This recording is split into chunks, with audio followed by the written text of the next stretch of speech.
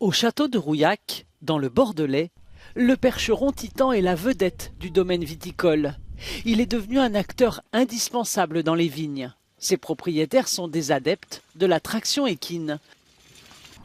Le cheval devient un moyen d'entretenir les sols en essayant d'en préserver la qualité et la vie, avec moins d'herbicides et moins de tassement.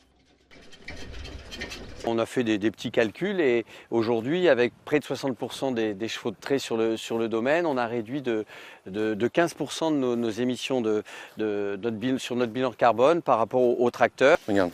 Le cheval, donc, à la place du tracteur. Mais ça ne s'invente pas de mener un animal pareil.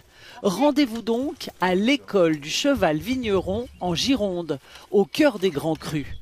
Audrey et Raphaël s'entraînent à diriger les chevaux, Hector et Barbara. Le plus dur dans l'initiation, c'est de coordonner tous les gestes, en fait, de penser à tout, de penser au cheval, de penser à sa position, de penser à l'outil, faire attention à ce que le cheval ne se blesse pas. Le cheval travaille plus lentement que le tracteur, mais avec plus de précision. Il est éduqué à s'arrêter à la moindre résistance et n'arrache pas les pieds de vigne. De plus en plus de domaines viticoles souhaitent ou songent à réintroduire le cheval dans la vigne parce que le cheval s'avère une vraie alternative aux énergies fossiles. Les chevaux vont par exemple aller plus facilement sur des terrains inaccessibles aux tracteurs. Ils vont moins tasser les sols et il y a moins de nuisances sonores. Donc c'est une alternative ou complémentaire au tracteur. Et c'est dans cet objectif que l'école a été créée, donc en 2019.